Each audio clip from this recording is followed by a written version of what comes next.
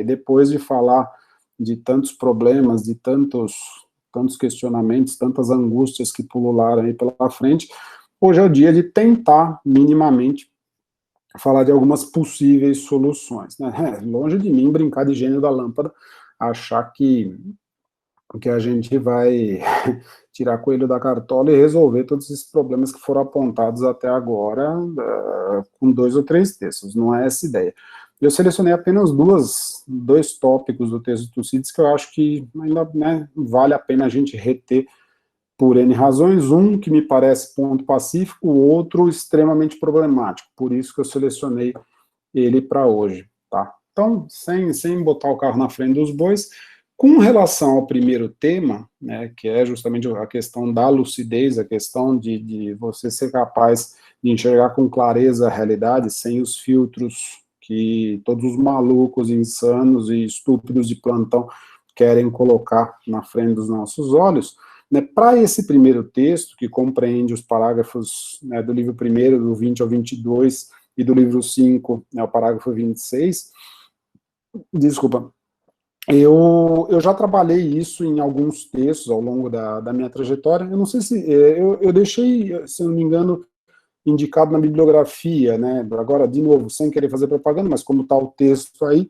eu deixei indicado na bibliografia, aquele é um capítulo de um livro que eu publiquei, né, O Fracasso e Verdade. O 3º capítulo se chama O Problema da Verdade em Tucídides, né? Eu deixei ele aqui já aberto, vou copiar o link. Se alguém quiser xeretar lá, o livro é downloadável gratuitamente. Ixi, o link não foi inteiro, não sei porque ele cortou na metade aqui, vou tentar botar de novo, vamos ver o que ele faz. Ele corta na metade, não sei porquê, mas eu imagino que se vocês copiarem e colarem no navegador, baixa fácil, né? Então tá lá esse 3º capítulo, que é especificamente sobre, né, entre outras coisas, especificamente sobre parágrafos 20 a 22 do livro 1º, né, em que eu discuto um pouco os problemas que Tucídides levanta ali. Acabei não mencionando, devia ter mencionado antes, eu abri agora, eu lembrei. Sabem todos aqueles textos extras que eu tenho posto, né, ao longo das aulas? Eu estou passando aqui para... Ai, eu não estou compartilhando a tela, desculpem. Deixa eu compartilhar a tela, que aí vocês visualizam. Sabem todos aqueles textos extras que eu passo para vocês antes dos encontros, por exemplo, né, dos jornalistas e tudo mais, eu botei no Academia também. Vou botar o link aí também, quem quiser baixar, fique à vontade. Eu deixei dos 5 encontros numa sequência. É esse 3º link que aparece para vocês aí, das 7h42, tá? Então, só para quem quiser xeretar, mande lá. Então, sem mais delongas, vamos lá para os nossos tópicos, né? O primeiro, como eu falei, alternativas e desafios democráticos permanentes, né? Atenção meticulosa à realidade factual, é o primeiro tópico, né? Cobre esses parágrafos aqui, né? 20 a 22 do livro 1º, né? 26º do livro 5º, chamado segundo prefácio, um tópico altamente problemático, sobretudo hoje em dia, né, conciliação ou reconciliação previdente, é o discurso do Hermócrates, lá no livro 4º, tá certo? Então, vamos lá. Né, mais um textinho para começar alguma coisa, para a gente fazer um paralelo com os dias de hoje, né? De novo, eu recorro a um texto estupendo da Eliane Brum, né, recomendo novamente, nunca vou parar com isso, recomendo veementemente que vocês xeretem os textos dela lá estão linkados também, né? Peguei esse trechinho desse aqui que está lá para vocês, Brasil sofre de fetiche de fardo, outro texto bem recente, né? O que ela diz lá? A fraude da história está se dando na prática, na subjetividade que constitui cada um, na naturalização dos militares determinando destinos, proferindo ameaças e colocando-se acima da lei. Hoje, né, saiu mais uma. Essa é a pior fraude, porque se infiltra nas mentes, altera os comportamentos e se converte em verdade. Fica cada vez mais evidente que a ditadura nunca saiu de nós, porque ao deixarmos assassinos impunes, seguimos reféns dos criminosos que nos subjugaram por 21 anos. Não vejo no mundo um país mais desafiado que o Brasil. Precisa lutar contra uma pandemia com um perverso no poder que contraria todas as leis sanitárias. que está levando o país ao pódio em número de casos e mortes por Covid, que está destruindo a Amazônia, da qual depende o futuro de todo o planeta, como se realmente não houvesse amanhã, e que está convertendo os brasileiros em párias globais. Ao mesmo tempo, o Brasil tem que restaurar a democracia que nunca se completou, e em plena crise, vestir as pantufas nos generais que foram infectados pela febre messiânica do poder e do autoritarismo. Como é que você combate a fraude na história, né? Como é que você combate esse tipo de problema? Só tem um jeito, né? Só tem um jeito, me parece.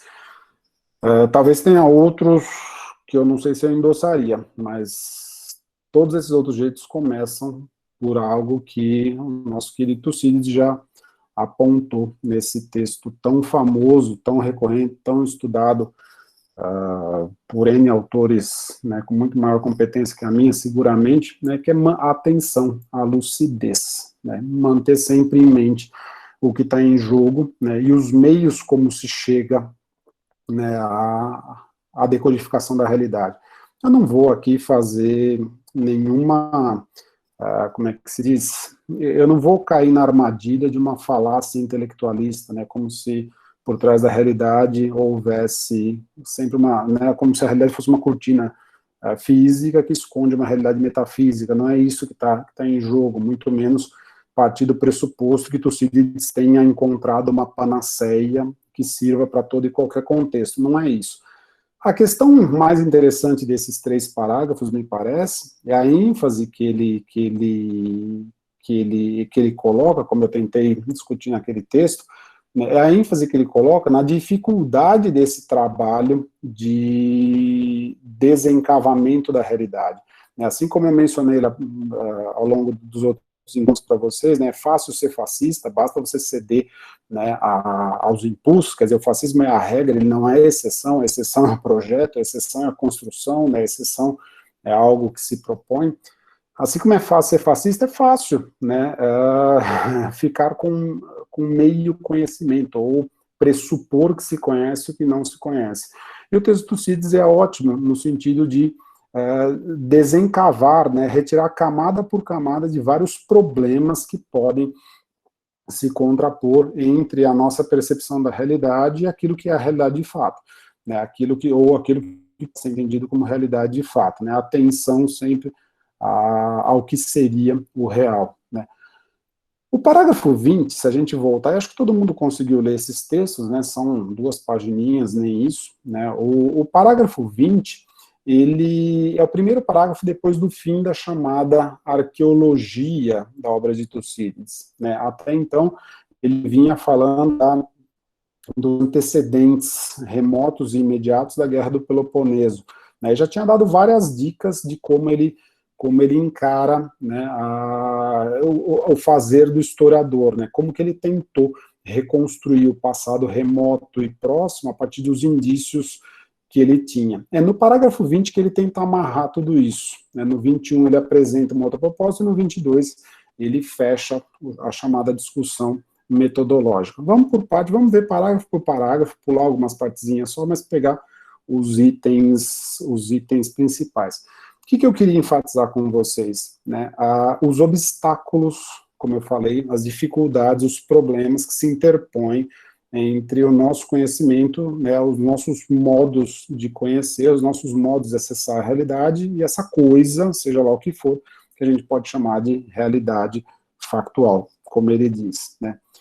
Segundo as minhas pesquisas, foram assim os tempos passados, embora seja difícil dar crédito a todos os testemunhos nessa matéria, né? Quer dizer, segundo as minhas pesquisas, segundo o que eu pude apurar, né, indícios, né, testemunhos do passado, né, passado é algo ao qual se dá crédito, não necessariamente se tem acesso, né, não, a menos que você faça uma mesa branca, você não tem acesso ao passado, tudo bem?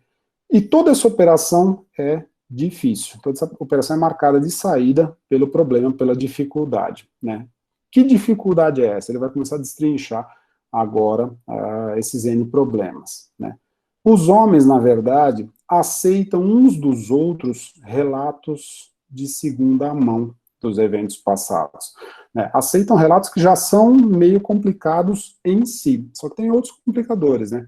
Negligenciando pô-los à prova. São relatos que já são de segunda mão, já vêm, né, retrabalhados, recompostos, sabe-se lá por que caminhos passaram, e que ainda por cima não são objeto de crivo, eles são apenas aceitos, eles são apenas acatados, tá? Negligenciando pô-los à prova, ainda que tais eventos se relacionem com sua própria terra, quer dizer, mesmo para coisas facilmente verificáveis, mesmo para circunstâncias nativas, muitas vezes se aceita uma tradição só porque é a tradição, só porque é o diz-que-diz-que, né, é o ouvir dizer, é o conhecimento transmitido por quem não necessariamente viu, não necessariamente verificou, e está muitas vezes produzindo memória, né, depois do século XX, a gente sabe que a memória não recorda, a memória reproduz, né, ou seja, produz de novo alguma coisa, ela reconstrói eventos e tudo mais, né? Quer dizer, parece que Tucídides teve quase que uma intuição disso, né? Como funciona a memória e como a gente é capaz de reelaborar relatos, muitas vezes ao sabor do prazer e não da utilidade, tudo bem? De novo, volto a dizer, quem puder, dê uma xeretadinha naquele texto meu lá, que eu vou descrevendo, eu vou dissecando um por um, né, os termos gregos por trás desse texto, não vou fazer isso aqui, mas eu vou dissecando um por um os problemas que estão por trás desse texto, e como são 12 obstáculos, né, e como Tucídides vai dissecando um por um, tá? Muitos atenienses, por exemplo, ele vai criticar o problema, né, da tirania da própria Atenas, né, achavam que Hiparco era tirano na época, né, quando houve o atentado promovido por Harmódio Aristogiton. Eles não sabem que Hipes, quem governava, quer dizer, uma coisa de 100 anos atrás, da própria história local ateniense, os atenienses dão de barato, né, confundem as coisas numa mera tradição local, tá? Ele conta rapidamente o problema, não vamos entrar nisso, né, vale a crítica que ele está fazendo aos atenienses.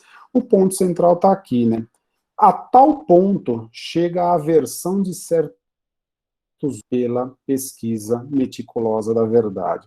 Eu destaquei essa expressão porque talvez, se a gente quiser dar um nome para, parece paradoxal, mas se a gente quiser dar um nome para a obra de Tucídides, talvez ele ficasse feliz em ver a sua obra como uma tsetesis tes aleteias, né, a expressão no grego, né, talvez seja a expressão positiva mais forte de todo esse relato, literalmente, né, a busca da verdade, a investigação da verdade. É uma expressão, para quem quiser comparar, que aparece na Apologia de Sócrates também, está na boca de Sócrates, né, Platão, não necessariamente fazendo eco a Tucídides, seja porque Platão ou não conhecia, pouco importa, ou se conhecia, né, a expressão de uso corrente, né, mas a expressão é muito forte, né, a zetesis tessaletes, a investigação, a busca pela verdade, né, traduzido aqui como pesquisa meticulosa da verdade. É isso que ele tenta fazer, me parece. É isso que ele tenta, com essa obra é o resultado dessa zetesis, né, dessa pesquisa, dessa inquirição, literalmente, pela verdade. Tá? A tal ponto chega a aversão, né, de certos homens por essa pesquisa, e tão grande a predisposição para valer-se apenas no que está ao alcance da mão. Né? Predisposição, né, inclinação, seja por que razão for, prazer, psicologia, né, pouco importa, valer-se apenas, ou seja, a circunscrição a um determinado relato, né, que ele diria se ele tivesse um WhatsApp, por exemplo, se ele tivesse alguma rede social na época dele, né, valer-se apenas de um único tipo de relato, e relato esse que, para coroar a desgraça, né, está ao alcance da mão, aquilo que é mais fácil. Né, a obra dele vai no caminho exatamente oposto, né, é uma obra que investiga o que é difícil, né, que tenta cotejar versões, né, que tenta lutar contra quaisquer predisposições para aceitar ou não determinados relatos e tudo mais. Quer dizer, a ênfase de Tucídides é justamente na dificuldade, que vai reaparecer na conclusão desse trecho, lá no parágrafo 22. Tudo bem? A obra dele é uma obra que percorre um caminho difícil. Esse me parece o ponto principal. É isso que traduz essa zetesis tes aleteias, né? essa inquirição, essa investigação paulatina da verdade. Tudo bem? Ele continua lá, né? Com base na evidência que eu apresentei até agora, ele está falando da arqueologia, né? Ele está falando do relato do passado, do relato né? daquilo que não está à mão, daquilo que ele não consegue vivenciar, ou seja, o passado a gente só consegue acessar indiretamente, você não consegue, né? Enfim, de novo, a ironia, né?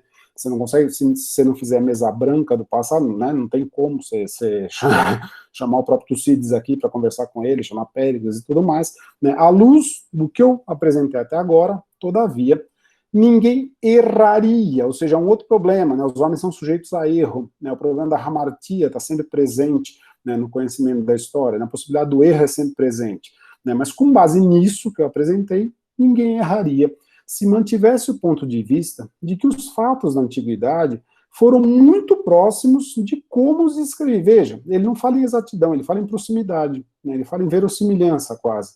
Né, foram próximos do que eu descrevi, afinal de contas você só pode crer no passado, você não tem acesso ao passado. A gente tem acesso a vestígios do passado, a indícios, né, a provas indiretas, a testemunhos que dão pistas, mas não necessariamente ao passado, tudo bem? Então, só pode falar em proximidade, não em exatidão, né? Foram muito próximos de como os descrevi. Não dando muito crédito, de um lado, a dois problemas muito recorrentes, né, no mundo grego do ponto de vista dele, Tucídides, né? Dois tipos de pessoas, ou formas de conhecimento, né, contra a qual ele constrói o próprio relato, né? Dois tipos de conhecimento, né, distantes dos quais ele tenta construir sua narrativa. De um lado, quais? Né? Qual o primeiro problema? As versões que os poetas cantaram. Qual é o problema dos poetas? Adornando e amplificando os seus temas. Reparem, tem uma sacada interessante aqui. Poetas adornam e amplificam seus temas, diz Tucídides. Ele não diz necessariamente que poetas inventam, né, que poetas forjam seus temas, que eles criam algo do nada, da cartola. Se alguém for na arqueologia, se alguém se recordar da arqueologia, vocês vão ver que lá atrás ele fala em Menelau, ele fala em Minos, ele fala em Guerra de Troia, ele fala em vários temas que hoje, para nós, se não ficarem na divisa entre mito e realidade, estão seguramente relegados à esfera do mito. Tá? A Guerra de Troia fica na divisa. Agora, Agamemnon, Menelau, Minos, sobretudo, me parece que já estão flertando com o mito, se não forem claramente míticos. Tá? O ponto de vista do Tucídides é interessante, quer dizer, poetas adornam e amplificam, não necessariamente forjam, não necessariamente criam seus próprios temas, seus próprios objetos. O que ele faz com esses relatos de poetas? Qual é o problema central para o relato dos poetas? É justamente o fato de que eles colocam algo a mais em torno de um núcleo suposto verdadeiro. Adiantando um argumento, digamos assim, me parece que Tucídides tem em mente a ideia de que o que Homero, seja lá quem for Homero, compôs, seja na Ilíada, seja na Odisseia, a Odisseia aparece em várias outras partes do relato, né? No começo do livro sexto, por exemplo, ele faz uma espécie de ecologia da Sicília, ele volta, né, e fala que foi o trecho em que, né, entre Messina e Régio, é o trecho em que Odisseu navegou, passando, né, quer dizer, ele aceita a historicidade do herói, né, mas me parece que ele tem em mente o quê? Existe um núcleo de verdade no centro dos poemas homéricos, por trás dos poemas homéricos, digamos assim, e cabe ao historiador desbastar tudo que for adorno, tudo que for excesso desse núcleo de verdade. Né? Se você tirar, digamos, a parte mítica, a maquiagem do relato, você chega a um núcleo supostamente verdadeiro. Que núcleos seriam esses? Né? A Guerra de Troia e as relações de poder permeando a Casa Real de Micenas, né, e os seus aliados gregos, né, isso no caso da Ilíada, né, e a viagem de Odisseu de Troia de volta para casa no caso da Odisseia. Se você for, por exemplo, na arqueologia, tem um parágrafo famoso, né, em que ele diz mais ou menos assim, Agamemnon não promoveu a Guerra de Troia porque ele tinha aliados fiéis. Muito pelo contrário, ele promoveu a Guerra de Troia porque ele podia tocar o terror, né, porque ele era o sujeito mais rico de toda a Grécia, tinha a frota mais poderosa e pôde dirigir os demais reis e comandantes helenos a irem até Troia realizar a expedição que ele desejava. Né? Então, quer dizer, não cabe ingenuidade no relato de Tucídides. Né? A Guerra de Troia, ele aceita a existência, portanto, né, ela existiu justamente não por uma razão romântica ou mítica, mas porque um cara era suficientemente poderoso para obrigar outras pessoas a irem junto com ele, né, fazer uma expedição, seja de pilhagem, seja do que for, né, e caso contrário, ele próprio submeteria esses comandantes à sua descrição, né, de acordo com a sua descrição. Tudo bem? Então, o primeiro problema, né, o primeiro problema, não, desculpa, o primeiro tipo de obstáculo do qual ele quer se afastar, o primeiro tipo de relato muito comum entre os gregos, do qual ele quer se afastar e, portanto, suplantar ou superar ou apresentar algo melhor, mais crível, mais reliable, né, alguma coisa em que você possa se basear com mais segurança, é o relato dos poetas. Né, Tucídides, em bom português, ele quer destronar Homero, digamos, quer destronar os poetas. Talvez, é possível fazer essa leitura também. Então, primeiro problema, né, poetas colocam coisas a mais, né, em relação ao núcleo de verdade. Segundo problema, e de outro, considerando que os logógrafos compuseram as suas obras mais com a intenção de agradar aos ouvidos do que dizer a verdade, uma vez que suas histórias não podem ser verificadas. E eles, em sua maioria, enveredaram com o passar do tempo para a região da fábula, perdendo assim a credibilidade. Quem seriam esses logógrafos? Né? O termo, no final do século V, assume uma conotação profissional. Né? Logógrafo seria uma espécie de advogado que compõe discurso para alguém se defender no tribunal. Antes disso, entretanto, e aqui é o caso do Tucídides, logógrafo é o que nós chamaremos hoje, talvez, de historiador do passado. Né? O sujeito que, pense em Hecateu, por exemplo, talvez fosse uma das figuras paradigmáticas, né? Talvez ele tivesse Hecateu em mente, ou Helânico, como ele menciona na Pentecontetia, né? Aqueles sujeitos, os autores de história de Atenas, né? das Átides, né? Aqueles sujeitos que, fazendo um trabalho misto de arquivista e arqueólogo, tentariam reconstruir o passado remoto de uma determinada cidade, de uma determinada coletividade, de uma determinada região, tá? Esses logógrafos, qual é o problema com as obras dele, né, que ele diz aí? Né, eles estão mais preocupados em agradar aos seus leitores, leia-se a plateia que ouve a narrativa dos seus relatos, do que necessariamente dizer a verdade. Né? Muitos deles escreveram, o próprio caso do Heródoto, talvez se enquadrasse, fosse enquadrado nessa rubrica, muitos escreveram financiados por determinadas polis, por determinados tiranos que comandavam essas polis. Né? Talvez Heródoto seja um caso desse, aquela velha história de que Heródoto teria ganho um prêmio ao ler o seu texto em praça pública, tá certo? O problema dos logógrafos, no fundo, ele é distinto, mas não tanto dos poetas. Né? Os poetas adornam e amplificam por quê? Também para agradar, tá certo? No fundo, tanto poetas quanto logógrafos, Tucídides está dizendo, né, são pessoas que ou colocam a mais, né, ou colocam aquilo que, ou sonegam informação, são potencialmente sonegadores de informação, né? Ao colocar a mais, você dilui, você disfarça, né? Ao escrever para agradar, você deixa de lado aquilo que talvez fosse verdadeiro, tá certo? Procurando apenas aquilo que é agradável. Você seleciona, você enviesa o seu relato, tudo bem? Se você quiser fazer uma contraposição bem mais genérica, assim, poetas que escrevem ou que compõem poesia, né, e logógrafos que compõem em prosa, talvez até caiba aqui também esse tipo de leitura. Quer dizer, ele, Tucídides, quer se contrapor a dois tipos de compositores, cada um no seu gênero maior, poesia e prosa, né, mas cada um no seu gênero maior, mas cada um deles que não tem necessariamente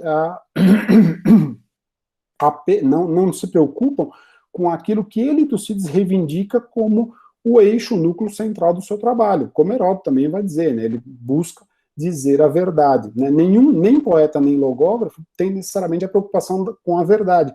Ainda que logógrafos, muitas vezes, digam que vão escrever a verdade, vão relatar a verdade.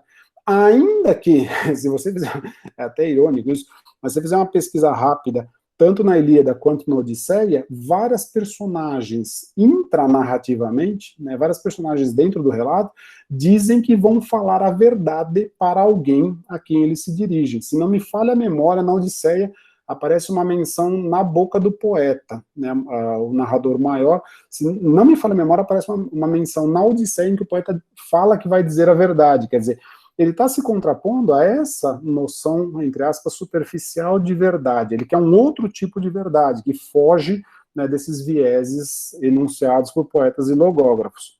Tudo bem? E, né, claro, né, assim como poetas, eles, com o passar do tempo, essa frase é ambígua, dá a entender que com o passar do tempo da composição, com o passar do tempo do relato, né, conforme o relato avança, cabe nos dois casos, né, eles avançam para a região da fábula, para a região daquilo que, né, não dá para ter credibilidade. Qual é o ponto dele?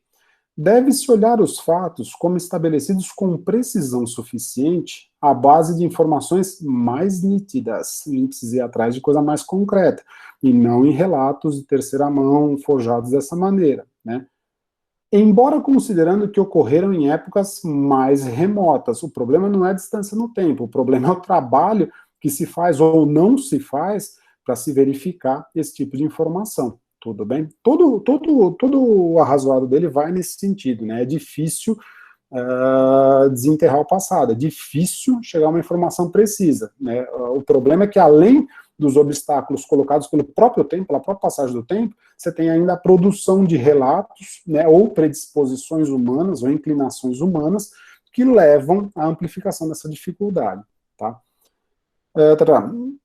Assim, apesar de os homens estarem sempre inclinados, enquanto engajados numa determinada guerra, a julgá-la maior, e depois que ela termina, voltarem a admirar mais os acontecimentos anteriores, ficará provado para quem julga por fatos reais, né, não por relatos, não por impressões, não por poetas, não por etc., né, que a presente guerra terá sido mais importante do que qualquer outra ocorrida no passado. Quer dizer, outro problema colocado aqui, né, os homens estão sempre inclinados, enquanto engajados numa guerra, a achar que a sua guerra é sempre a maior de todas, né?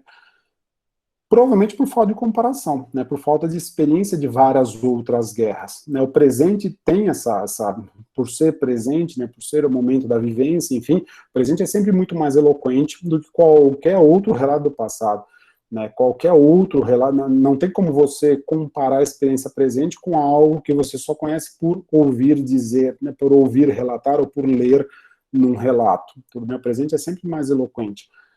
Agora, a despeito dessa predisposição, diz ele, Tucídides, existe um denominador comum, né? Existe algo, uma raiz, né? Talvez uma arché, talvez ele esteja pensando quase como sofista aqui, né? Existe algo no qual a gente pode se basear e com o qual a gente pode efetivamente julgar, tanto o presente quanto o passado, é um denominador comum entre os dois. Que algo é esse? A realidade, né? Tirar de cena qualquer tipo de impressionismo, né, tentar se afastar o mais possível de qualquer tipo de qualquer tipo de sugestão pessoal ou contextual, tudo bem? Para quem julgar, então, por fatos reais, né, vai ver que a presente guerra terá sido a mais importante que qualquer outra ocorrida no passado. É de uma ousadia tremenda, né, esse relato, né, porque, claro, as grandes referências que ele tem aqui, né, quais são as duas grandes guerras, né, tão claríssimas na memória dos gregos? Não por acaso, uma famosa na boca de um poeta, a Guerra de Troia, né, e outra famosa na boca de um logógrafo, né, a Guerra Médica, a guerra contra os persas. É uma guerra que, né, enfim, em relação a essa cronologia aqui, se Tucídides estiver escrevendo por volta de 420, 415 a.C., é uma guerra que, né, 60, 70 anos atrás, ainda estava candente, mais ou menos a mesma distância da gente para a Segunda Guerra Mundial. E ele está dizendo, a minha guerra de agora é maior que essas duas, sobretudo. Ele vai dar uma tacada, vocês vão ver depois no 23, né, eu vou só ler o trechinho, vocês vão ver que a tacada é precisa, né, talvez tenha Heródoto de cara como alvo.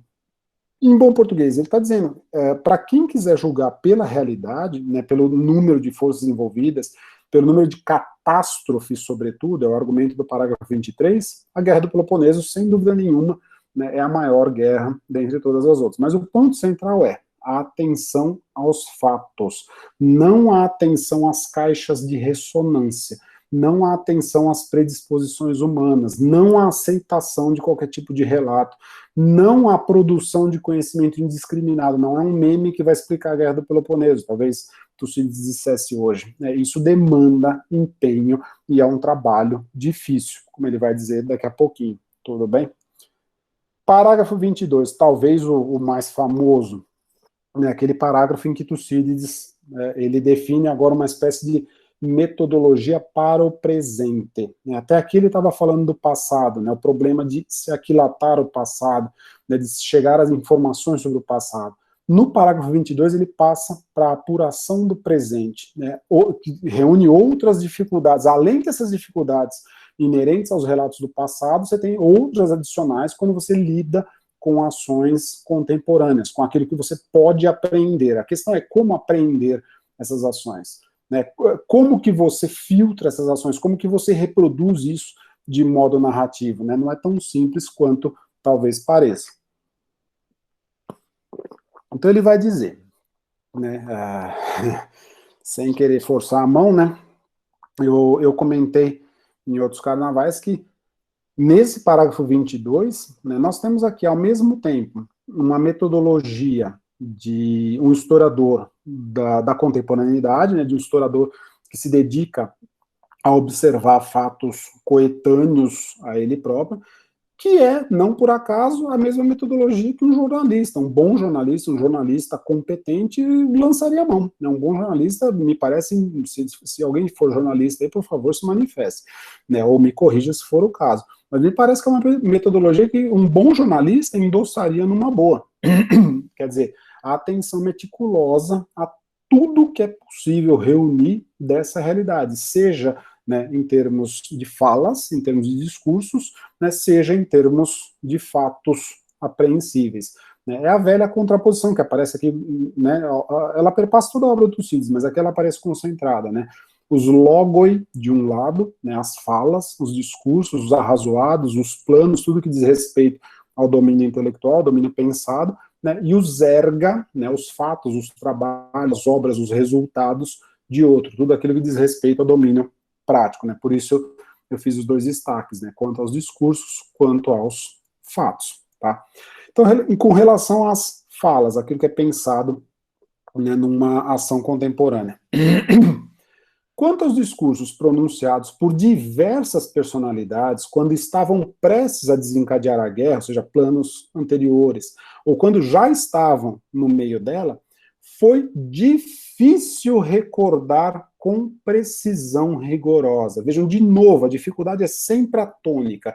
Né? É difícil você recordar com precisão tudo que foi dito. Né? O sujeito, né, assim, nem com gravador, nem com computador, se não tem garantia de uma precisão ultra exata, imagina num tempo sem tecnologia, tudo bem, não preciso forçar muito a mão, né? Foi difícil recordar com precisão rigorosa. Ele não está dizendo que ele não recordou, ele está dizendo que foi difícil recordar com precisão rigorosa. Né? Talvez algo tenha sido recordado, certamente algo foi recordado, mas foi recordado de uma outra maneira, tá? Foi difícil recordar com precisão rigorosa o quê? Os que eu mesmo ouvi, né? Então, eu, escritor, eu, historiador, aquilo que eu posso garantir, mesmo isso me escapa, eu sou um ser humano, não tenho outros meios à disposição, os que eu mesmo ouvi, ou os que me foram transmitidos por várias fontes. Afinal de contas, como qualquer ser humano, você não pode estar em 2, 3, 4 lugares ao mesmo tempo. Né? Você pode estar ouvindo o discurso de fulano que foi feito em Atenas, o discurso do Péricles, e ao mesmo tempo está ocorrendo um outro discurso em Siracusa, na Sicília, milhares de quilômetros de distância, não tem como ter acesso. Depende de fontes, depende de informantes. Né, como um jornalista, ele depende, né, de pessoas, de correspondentes X, Y, que estão em vários lugares ao mesmo tempo. Né? Tais discursos, portanto, são reproduzidos com as palavras que, no meu entendimento, os diferentes oradores deveriam ter usado. Tudo bem? Além da dificuldade da recordação, você tem uma dificuldade adicional, que é a dificuldade da transmissão disso que foi recordado. Se não é possível recordar com toda essa precisão, né, o que foi dito, seja pela dificuldade de precisar a exatidão, seja pela dispersão das informações, tem o problema da transmissão disso daí, né? Como que você vai retransmitir esses discursos, né? Você filtra, no meu entendimento, né, como me parece, você faz um filtro pessoal aqui, os diferentes oradores deveriam ter utilizado. Quantas vezes eu não marquei para vocês nos outros encontros, né? Vocês lembram, por exemplo, no caso de Cleão e Diodoro, ou no caso de Nícias e Alcibíades, que eu disse alguma coisa assim para vocês, olha, o próprio Tucídides diz, né, no parágrafo introdutório, que na mesma época vários oradores se manifestaram pró e contra essa ideia, né, manifestaram argumentos X ou Y, mas ele, Tucídides, decidiu singularizar nessas duas personagens, seja Cleão, seja Diodoto, seja Nícias, seja Alcibíades, ele decidiu centrar nessas duas personagens as argumentações principais, a argumentação pró e a argumentação contra, tudo bem? Me parece que é isso que cai nessa rubrica deveriam ter usado. Ele está pensando naquilo que caberia numa determinada situação, né, um meio de fugir ou de tentar equacionar da melhor maneira a dificuldade inerente, né, à recordação, à apreensão dos discursos, é tentar chegar o mais perto do possível em determinada situação, e não tanto do real. Claro, alguém já deve estar com a bala na agulha para me perguntar, pô, Breno, peraí, mas Aristóteles, no parágrafo 9º da Poética, ele diz, né, que a filosofia e a poesia, essas sim tratam do possível, a história trata do particular, né, ele usa inclusive o exemplo de Alcibíades, para dar um exemplo do particular, e eu diria sem o menor constrangimento. Bom, aquela teoria de Aristóteles talvez seja muito útil para a gente entender Heródoto, talvez caiba para vários historiadores, eu desconfio que não cabe tão pura e simplesmente assim para Tucídides. Tucídides está mais preocupado com o possível, não necessariamente, sem esquecer, claro, do particular. Ele tenta, no fundo, me parece, fazer um cruzamento entre os dois. O que Alcibíades disse em determinada ocasião, mas o que tem a ver também com o caráter de Alcibíades e com aquilo que foi exigido nessa determinada ocasião, tudo bem? Ele tenta reproduzir o que Péricles disse na oração fúnebre, mas também o que caberia naquele contexto da oração fúnebre. Bom, então você está dizendo que Tucídides criou, ou forjou, ou acrescentou alguma coisa? Não sei. Né? Não sei se ele criou ou se ele forjou, né? Se ele botou algo a mais além do que o Péricles disse. Mas eu arriscaria dizer que seguramente ele reformula à sua maneira, cá entre nós, como qualquer historiador faria, né, o mito da objetividade extrema é um mito que, né, enfim, basta a gente pensar 5 minutos, ele já caiu por terra faz tempo, a gente não precisa nem chegar na chamada École des Annales, né, muito antes disso ele já foi quebrado, até se pensar na história em chave retórica, como na própria antiguidade, esse mito da objetividade extrema, né, nunca existiu, tá? Então, não me parece que Tucídides tenha forjado, né, no conteúdo, mas seguramente ele forjou no modo de apresentação, como um bom construtor de discurso, um bom articulador de narrativa, né, ele coloca aquilo que ele quer do modo como ele quer, como é inerente a qualquer tipo de produção textual. Então, a gente sempre seleciona a todo momento cada palavra que a gente está usando, isso é inescapável, tá certo? Não existe o mito do panópticon, né, a capacidade de você ver tudo a todo tempo e reproduzir tudo ao mesmo tempo, é uma falácia que talvez a tecnologia tente nos induzir, mas que não faz muito sentido quando você pensa na produção retórica dos discursos. Tá? Então o ponto é, para tentar equacionar esses problemas, ele vai tentar chegar ao possível por trás do discurso, o que é cabível em determinada situação e de acordo com o caráter, de acordo com a necessidade de determinada personagem. E ele explica lá, né, o que deveriam ter usado, considerando os respectivos assuntos e os sentimentos mais pertinentes à ocasião em que foram pronunciados. Embora, ao mesmo tempo, eu tenha aderido tão estritamente quanto possível ao sentido geral do que havia sido dito. Percebem o cruzamento? De um lado, vou me ater ao que é possível, de modo geral, a uma determinada personagem, na determinada ocasião. Por outro lado, né, eu só vou fazer esse exercício de possibilidade, né, dentro do domínio daquilo que essa personagem, essa ocasião, me oferece. Né? Ou seja, eu tenho uma recordação X do discurso de Péricles. Eu não vou acrescentar, ele diz, pelo menos textualmente, né, não vou acrescentar nem tirar nada do que disse Péricles, mas vou adaptar o seu discurso, vou fazer o seu discurso se encaixar dentro dessa circunstância. É uma tentativa de conciliar, né, se a gente quiser usar a terminologia aristotélica, né, o possível e o particular ao mesmo tempo. Tudo bem? Isso quanto aos discursos, né? Quanto aos discursos é difícil, né? Tudo começa com uma dificuldade, sempre.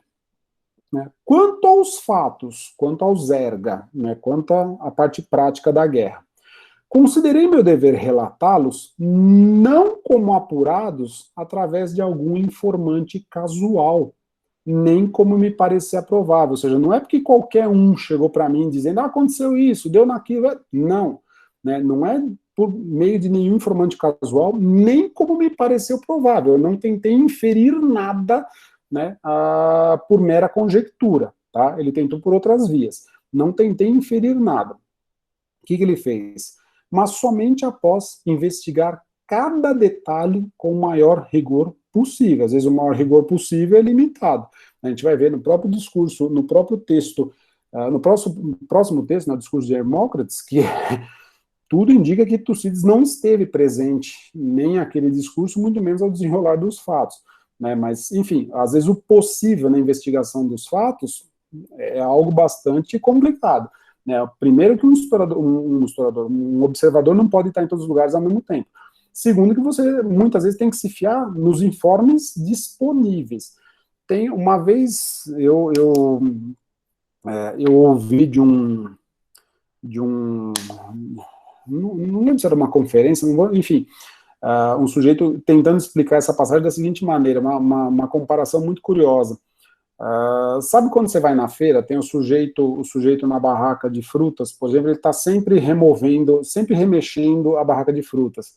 Aí passou uma outra pessoa, perguntou para ele, por que você está mexendo, né, essas frutas permanentemente? Aí o feirante responde, eu estou colocando as melhores por cima, né, para o freguês poder, né, pegar as melhores. Perfeito, legal. O sujeito foi embora. Meia hora depois, o sujeito percorreu a feira inteira, ele estava voltando, né? Quando ele estava voltando, o feirante estava lá remexendo a barraca de novo. Aí o cara falou, peraí, mas você continua remexendo, né? As melhores já não foram vendidas, né? Claramente há bem menos fruta, né? As melhores já não foram vendidas. Aí o feirante respondeu, bom, sempre vão haver as melhores. Em qualquer circunstância vai haver algo que seja melhor. Me parece, se a gente quiser transpor a analogia, me parece que é mais ou menos o mesmo que Tucídides tem em mente aqui. Quer dizer, você fica refém das situações, você fica refém da disponibilidade de informações e das possibilidades de aquilatar essa informação. Sobretudo quando você está descrevendo uma guerra que aconteceu em vários cenários muito dispersos, seja no tempo, seja no espaço. Uma guerra que durou 27 anos, né, que se estendeu da Sicília até a costa da Turquia. Quer dizer, para nem falar da Trácia até Creta, mais ou menos. Né? Quer dizer, você não tem como aquilatar tudo ao mesmo tempo e não tem como lançar mão de, sei lá, um exército de informantes, né, para trazer todos os relatos, entende? Você está limitado a determinadas apreciações factuais. Né? Então, investiguei cada detalhe com o maior rigor possível, seja no caso dos eventos dos quais eu mesmo participei, teoricamente é menos difícil, não quer dizer que seja mais fácil, né? Ninguém tem essa visão ubíqua também, seja os eventos dos quais eu mesmo participei, seja naqueles a respeito dos quais obtive informações de terceiros. Se a gente parar por aqui, a gente consegue deduzir mais ou menos uma constante entre a obra de Tucídides e a obra de Heródoto. Se você for no livro 2º de Heródoto, né, parágrafo 99, ele diz lá, até falando sobre o Egito, né, o parágrafo 99 do livro 2º marca quase que uma divisão no meio entre os dois relatos, né, ou antes e depois dentro desse livro 2º. Heródoto diz mais ou menos assim, tudo que eu relatei até agora é fruto da minha visão, da minha audição e da minha historia, né, da minha investigação. Historia é um método de pesquisa, né, depois eu vou passar como nome do gênero. Tudo que eu disse até agora é fruto da minha visão, da minha audição e da minha historia. A partir de agora eu vou falar só daquilo que eu ouvi, daquilo que eu investiguei. Ora, a metodologia do historiador antigo, tanto para o presente quanto para o passado, é sempre calcada nesses 3 pilares, né? E aqui Tucídides e Heródoto se dão as mãos, né? Aquilo que você ouve, leia-se, ouve de um informante, ouve da leitura, né? A leitura é uma prática auditiva na antiguidade, né? Você lê em voz alta, você tem um manuscrito, papiro, sei lá o que, aqui na frente você lê em voz alta, como a gente está fazendo agora, né? A leitura é uma prática auditiva. Então, ou você ouve algo, sobretudo do passado remoto, sobretudo daquilo que está afastado geograficamente, ou você visualiza algo. Visualiza de que modo? Diretamente, né, visualiza por si próprio, por estar presente, né, ao local, ao cenário de uma batalha, por exemplo, ou porque você é capaz de fazer a historia, de investigar, de colocar perguntas e respostas para quem esteve presente. Ou ainda para quem ouviu alguma coisa a respeito de um fato X ou Y. tudo bem? A ristoria é sempre uma espécie de visualização ou audição vicária, né? Visualização ou audição que se coloca no lugar da experiência própria. Em bom português, isso tem um nome na antiguidade. Essa é a prática da autopsia, né? Literalmente, né, ópsis, a visão, auto, né, a você mesmo exercer a visão, ser capaz de ser testemunha ocular, ocular e auditiva, né, nesse caso pressupõe os dois campos, testemunha ocular e auditiva daquilo que você está narrando, tá certo?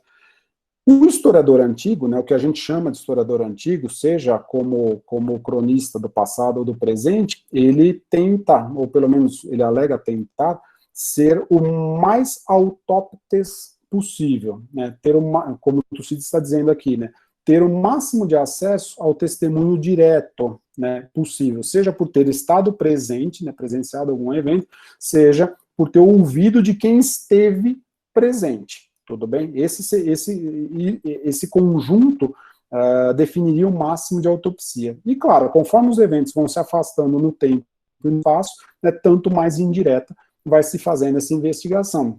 Talvez por isso a crítica dele, né, aos logógrafos, que muitas vezes, né, com o passar do tempo, né, chegam na região da fábula. Se você tentar, né, narrar algo que aconteceu, sei lá, 5.000 anos atrás, fatalmente, né, a dificuldade vai acabar se estabelecendo. Isso, né, não era algo tão estranho assim para o mundo grego. Pense na figura de Hecateu, por exemplo, as críticas que Heródoto faz a Hecateu no próprio livro segundo, né, que ele teria ido no Egito, né, tentado fazer genealogia dos gregos junto aos sacerdotes egípcios e tudo mais, né, não é tão difícil assim de entender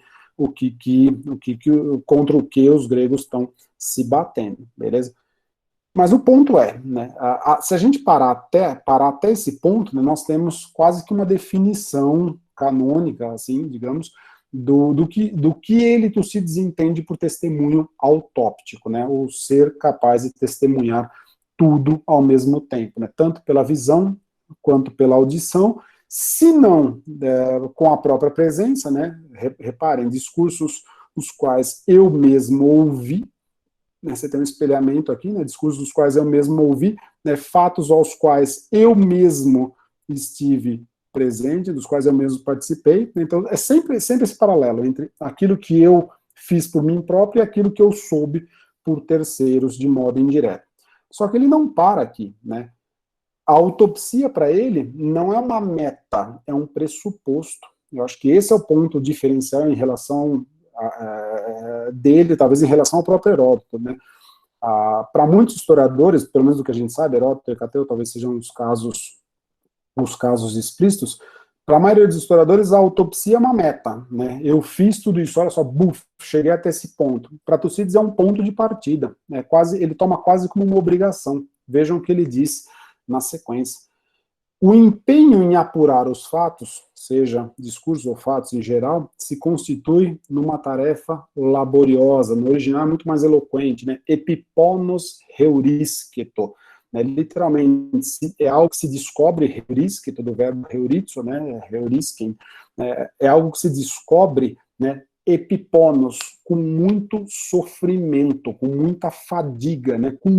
Penar muito, né? Algo muito difícil. A ênfase está justamente na palavra ponos, né, que é o sofrimento quase que físico, né, dessa tarefa, tudo bem?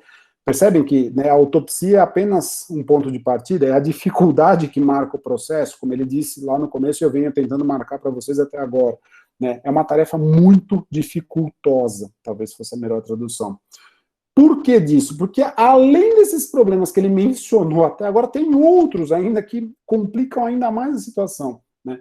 Porque as testemunhas oculares, ou seja, não estou falando de mim, né, quando é como se ele dissesse de modo implícito, por mim eu respondo, o problema é que eu não respondo pelos outros, eu não respondo por aqueles que têm necessariamente, nos quais eu tenho que necessariamente me basear. Pois as testemunhas oculares de vários eventos nem sempre faziam os mesmos relatos a respeito das mesmas coisas, né? Como chegar à verdade quando você tem dois relatos, né, absolutamente díspares, né? Mas variavam de acordo com suas simpatias por um lado ou pelo outro, ou de acordo com a sua memória. Como é que você, né, a posição em que ele se coloca é de juiz, né? Como é que você aquilata a verdade, sendo que você tem que navegar entre as simpatias e as capacidades de cada sujeito? ele não diz como ele filtrou.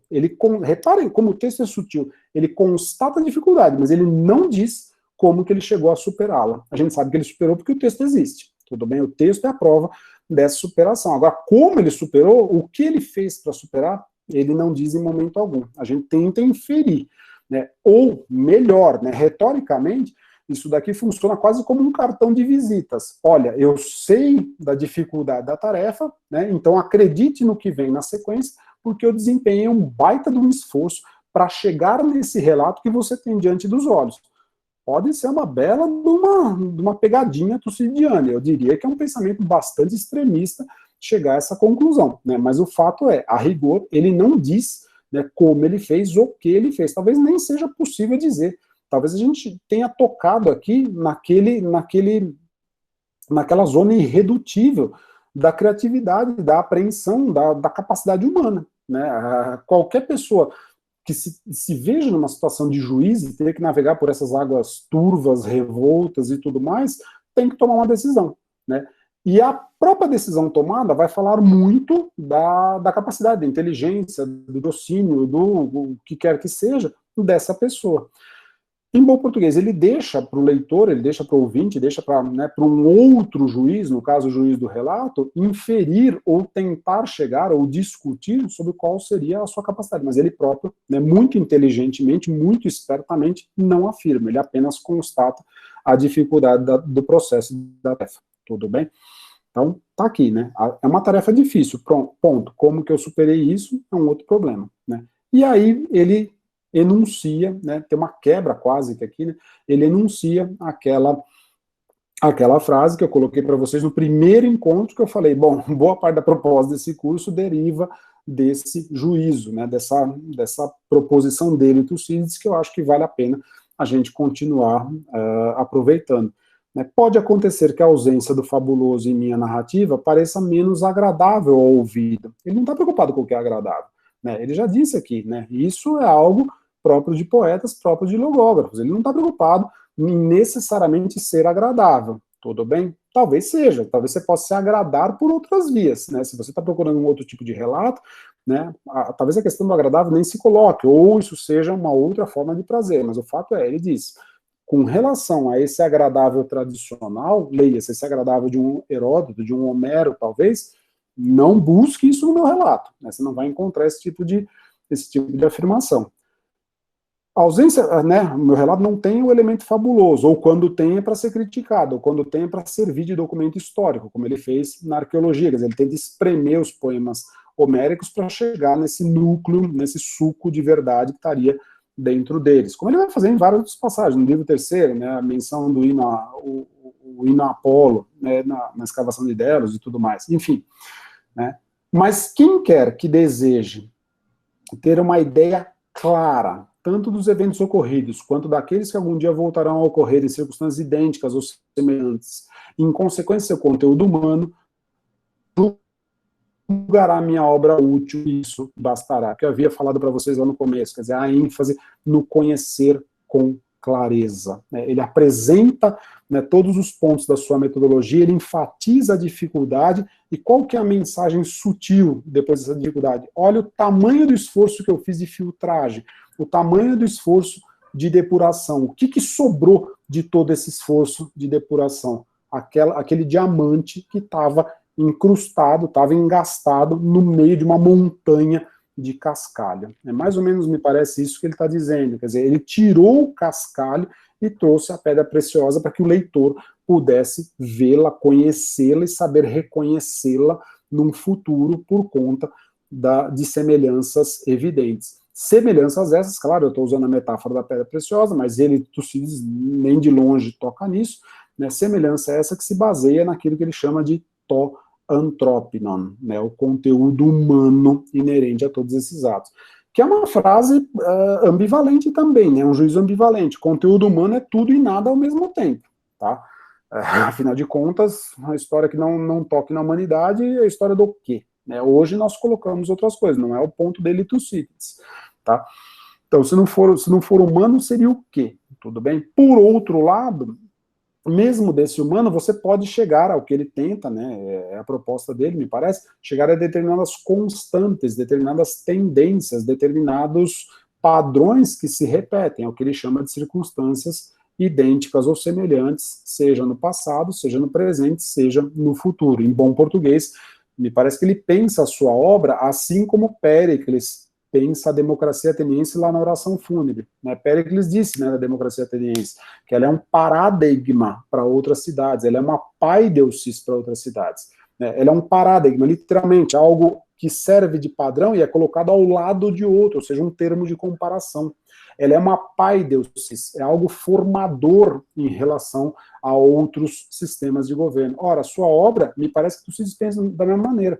Ela serve de paradigma, ou seja, ela serve de termo de comparação para outras realidades, né? Quase como, né, eu queria evitar um pouco a metáfora do espelho tão batida, ela tem vários problemas, ela se foca só na visão, né, isso tem N complicadores, né, mas ela serve quase como um termo de comparação para outras realidades, como um paradigma, assim como a democracia. E a sua obra também serve como uma, né, aqui talvez a sacada que esteja subentendida, não quero forçar a mão também na interpretação, mas a sua obra é também uma paideusis, né? A sua obra também, a leitura da sua obra, a meditação constante que a sua obra proporciona, é uma forma de paideusis do leitor, é uma forma de formação do leitor, né, de educação do leitor, no sentido lato, para isso que é o objeto dessa obra, ou seja, ser capaz de reconhecer essas constantes humanas, identificá-las e trabalhá-las em determinadas circunstâncias. Né? Assim como a sua obra, né? Existe, me parece, um paralelismo, se vocês quiserem, né, tanto entre essa proposta quanto entre essa proposta e aquela que a gente vai encontrar na oração fúnebre. Reparem que, sem querer fazer um salto gigantesco, mas no parágrafo 234, né, no parágrafo introdutório da oração fúnebre, né, Péricles, no 235, melhor dizendo, né, o primeiro parágrafo do Péricles, ele constata a dificuldade de falar com precisão, né, a respeito do discurso que ele vai fazer. Né. Existe um paralelo ali entre a dificuldade colocada de início, né, o paradigma e a paideusis propostos nas sequências. O que vale para a democracia pela boca de Péricles, vale também para a obra de Tucídides colocada na boca do próprio historiador.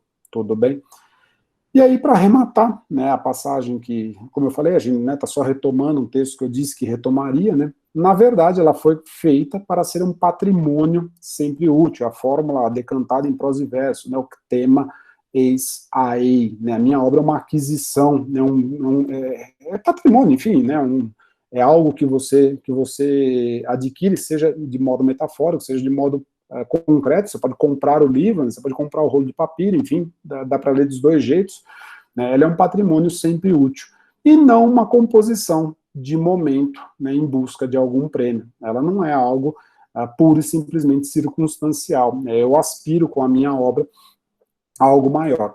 Você pode perfeitamente ler esse trecho pela chave retórica, falar, isso aqui é uma declaração de momento, né, uma declaração bombástica, digamos, causa um baita um efeito, mas não tem maiores consequências, porque, né, vivemos num mundo desromantizado, desiludidos, né, não temos nenhuma pretensão maior a entender o que seria a natureza humana e tudo mais, é perfeitamente possível fazer essa leitura, mas dá também para tentar ler esse trecho numa chave, digamos, existencialista, né, como um sujeito que alça voo na mesma altura de caras como, né, pense em qualquer nome de grandes meditadores sobre o destino humano, sobre a tragicidade do destino humano, como vocês quiserem colocar, né, eu diria que Tucídides está seguramente entre eles. Pensem em Dostoiévski, pensem em Pascal, pensem em Guimarães Rosa, pensem em qualquer desses, né, caras que tenham subido essas alturas. Enfim, tá?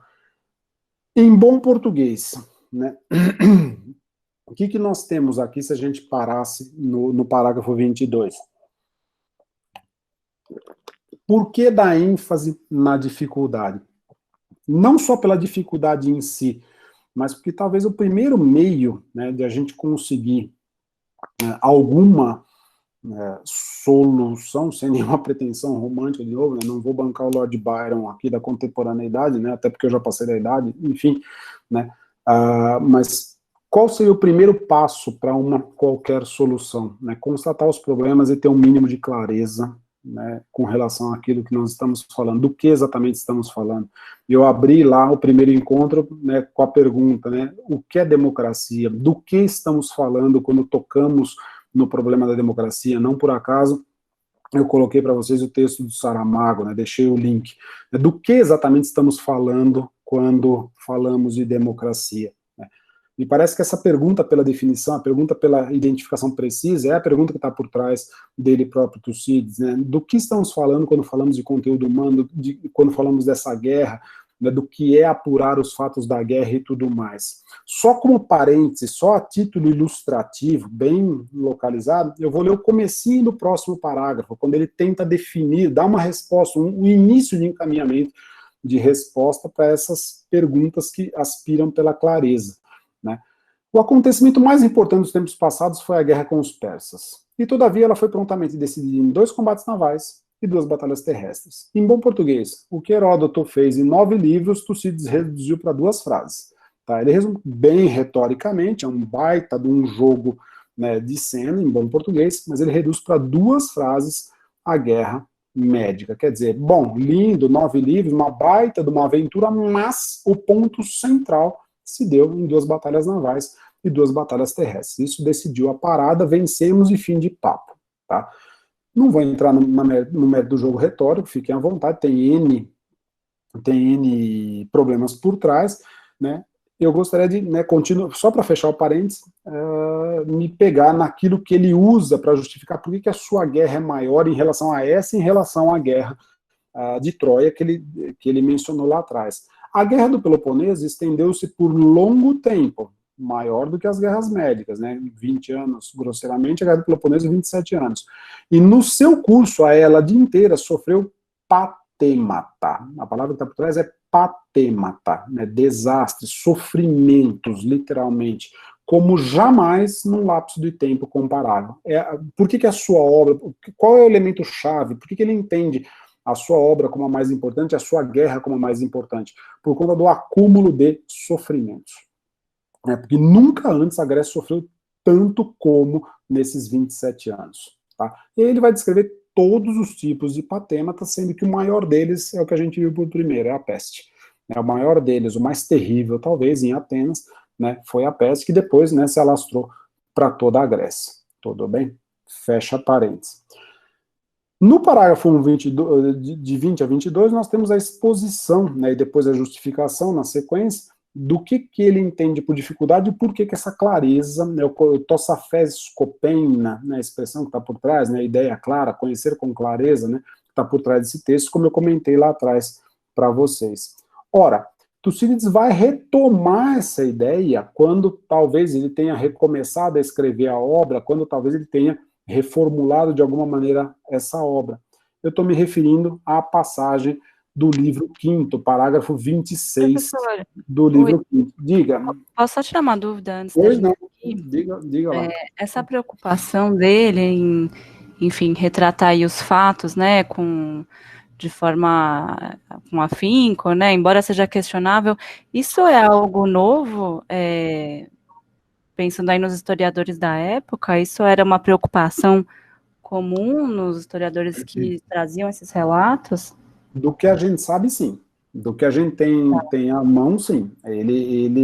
Todos dos historiadores que a gente dispõe, né, aqui, Heródoto é o caso mais eloquente, porque a obra chegou por inteiro, dos demais, por exemplo, Hecatel a gente tem fragmentos só, né, Melânico também, mas todo historiador, entre aspas, ou todos aqueles que nós entendemos por historiador, tem um outro problema seríssimo, aí Tucídides eu desconfio que jamais se entenderia por historiador, né, a palavra historia não aparece uma única vez no seu texto, né, e quando aparece é num composto, e mesmo nesse composto tem um outro sentido, né, eu desconfio que ele dificilmente se entenderia por historiador, né, pelo menos ao modo de Heródoto, mas enfim, dentre aqueles que nós reconhecemos como historiadores, todos dizem, com ligeiras variações, que vão relatar fatos e discursos. Agora, quem enfatiza a dificuldade e os métodos para se chegar a uma eventual precisão, uma eventual... aí é a inovação do Tucídides. Tá, não, beleza. Agora, é uma inovação que talvez seja inovação em relação ao gênero, mas que não era uma inovação em estrito senso, quer dizer, ele não é propriamente o primeiro sujeito a falar em termos de dificuldades e problemas para aquilatar determinados discursos. Pense, por exemplo, na própria poesia você encontra precedentes a respeito, né? Pensem, por exemplo, no momento lá do Hesíodo, na Teogonia, quando ele é interpelado pelas musas aos pés do Helicon, né, do Monte Helicon, né, em que as musas dizem para ele que sabe dizer verdades e mentiras semelhantes aos fatos, sabemos, se a gente quiser dizer, revelações também, né? Ali você já tem um problema, como identificar o relato das musas? Já está colocado pela boca do poeta, né, o problema de se chegar a um conhecimento real, fidedigno, perfeito, whatever, né, dessa coisa chamada realidade factual, que, por circunstância, ele entende como divindades, ou como mundo, ou o que for, né. Já está, em certo sentido, em Homero a ideia de que conhecer é possível, mas é possível com uma baita numa dificuldade, né. Pense no caso do próprio Odisseu, né, quando ele é instado por Alcino a declinar o próprio nome, a falar quem ele é, e ele fala, bom, eu sou Odisseu, né, minha glória chega aos céus, vou contar o meu relato, né, e você nunca sabe se aquele relato é verdadeiro, se aquele relato é falso, como que ele forjou uma série de, Odisseu testemunhou, logo ele é capaz de contar, não é uma equação verdadeira, né, não é porque você testemunhou um determinado acontecimento, ou vivenciou um determinado acontecimento, que você necessariamente seja capaz de contar esse acontecimento. Talvez você seja uma testemunha privilegiada, ok, beleza, agora daí a ter a mesma capacidade de produzir relatos sobre esse acontecimento é um passo talvez mais longo do que pareça, beleza? Então, percebe como é difícil, até para nós, né, dizer em que medida ele é inovador ou não. Aqui um parênteses, uma espécie de observação não pessoal, mas enfim, eu tenho muita...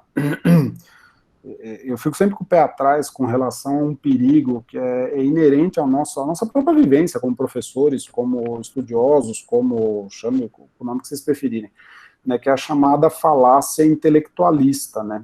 O que é a falácia intelectualista?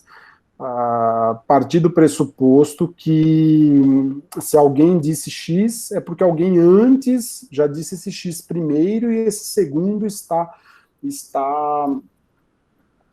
se baseando nesse primeiro. Tem uma piadinha famosa, né? Um escritor uma vez foi dar uma palestra, se eu não me engano, é o Raduan Nassar, né, do Lavoura Arcaica, se não me falha a memória. E depois de ele apresentar a obra, alguém perguntou para ele, falou, nossa, mas a sua apresentação, não vou lembrar exatamente os termos, enfim, a sua apresentação lembra muito James Joyce, né? E como que você reconhece o seu débito com James Joyce, né? O que você pegou do Joyce e tal, alguma coisa assim. Aí disse que o Raduan Nassar virou e falou, mas quem é James Joyce? Tudo bem? Entende onde eu quero chegar? Quer dizer, a falácia intelectualista é aquela pressuposição, é uma pretensão mesmo do erudito, de achar que ele é super inteligente, ele consegue identificar dois pontos e traçar uma reta entre eles. Bom, mas é uma falácia, esses dois pontos talvez estejam na nossa cabeça, não necessariamente na realidade, né? Se essa história é real ou não, não sei, não me interessa, não vem ao caso. Mas é bem plausível, quando o sujeito fala, tá, mas quem é esse sujeito? Quer dizer, você não precisa necessariamente ter um antecessor que disse A para você também dizer A, né?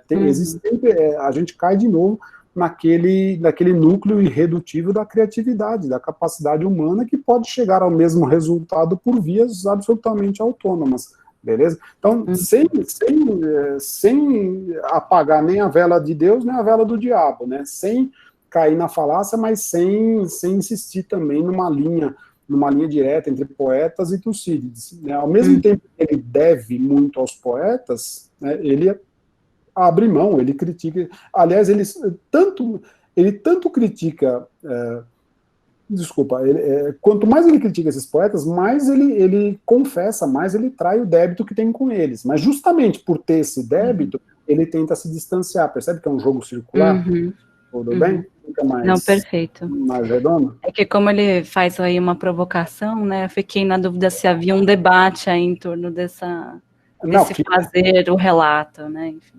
Bom, a narrativa dele inteira, se você quiser, é uma resposta, né, como toda grande narrativa, como toda grande composição, era uma resposta a uma série de questionamentos intelectuais colocados por N outros autores que o precederam, né. Tem um livro, ficou famoso uns anos atrás, hoje caiu meio que em desuso, chama Prefácio a Platão, do Eric Havelock, né, e ele diz textualmente ali, é uma tese meio bombástica também, mas faz um certo sentido.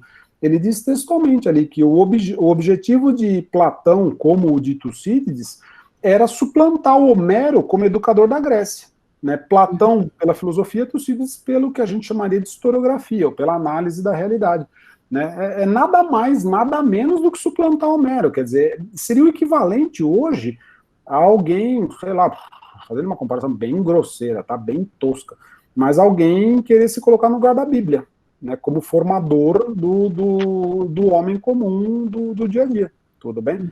Beleza, obrigada.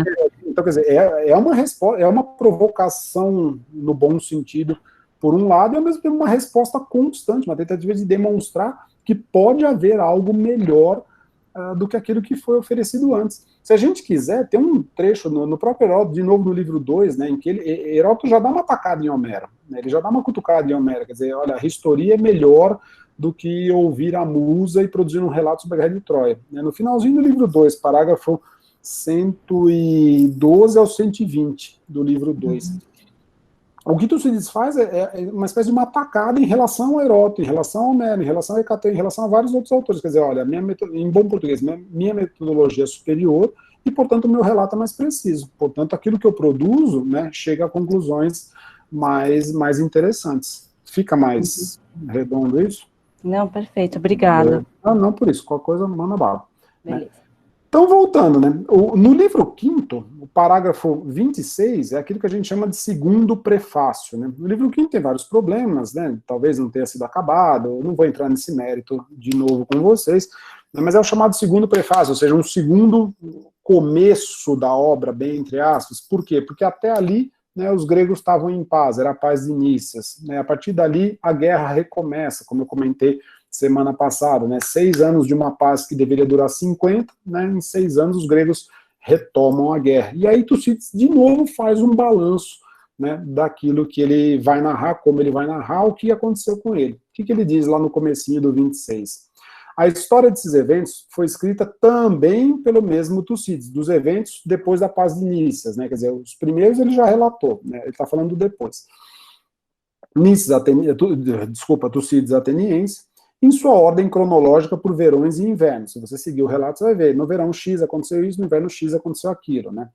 A divisão que ele estabelece para a história dele. Até a época em que Lacedemônios e seus aliados puseram fim ao domínio ateniense e tomaram as longas muralhas do Pireu. Ele está dizendo com todas as letras, né? Até o final da guerra. Né? Eu escrevi até o final da guerra. Quando os Lacedemônios puseram fim ao domínio ateniense e tomaram as muralhas e o Pireu, nós estamos no ano de 404 a.C., né? É o fim da guerra, 434, 27 anos de guerra. Ele está dizendo, quem escreveu esse relato é o mesmo cara que iniciou lá atrás.